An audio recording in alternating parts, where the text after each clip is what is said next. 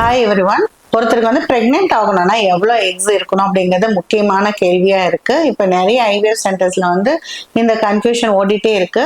So அதுக்கு மெயினாக நம்ம தெரிஞ்சுக்கணும். நமக்கு பை பர்த் 1 மில்லியன் இருக்குன்னு தெரியும். அதுக்கப்புறம் பை மிடில் ஆஃப் த ஏஜ்ல நம்ம வர வர நமக்கு வந்து 500,000 ஆயிடுது.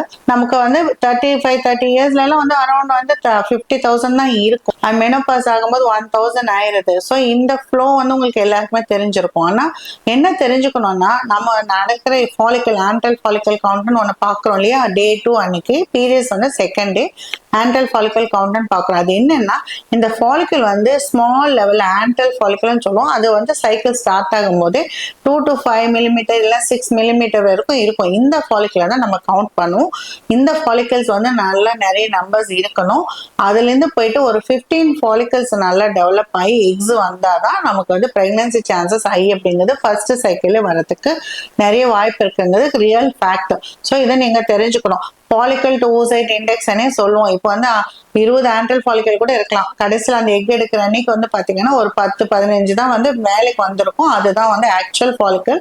அதுலேருந்து ஓசைட்ஸ் நிறைய எடுத்து M2 லெவல்னு சொல்லுவோம். ஸோ இந்த மாதிரி நமக்கு வந்து 15ங்கிறது ஒரு நம்பர். 15 டாமினன்ட் ஃபாலிக்கல்ஸ் வந்ததுன்னா பிரெக்னன்சி ரேட்ஸ் நல்லா இருக்கும் அப்படிங்கிறது தான் உங்களுக்கு தெரிஞ்சுக்க வேண்டிய ஒரு ஃபேக்ட். தேங்க்யூ.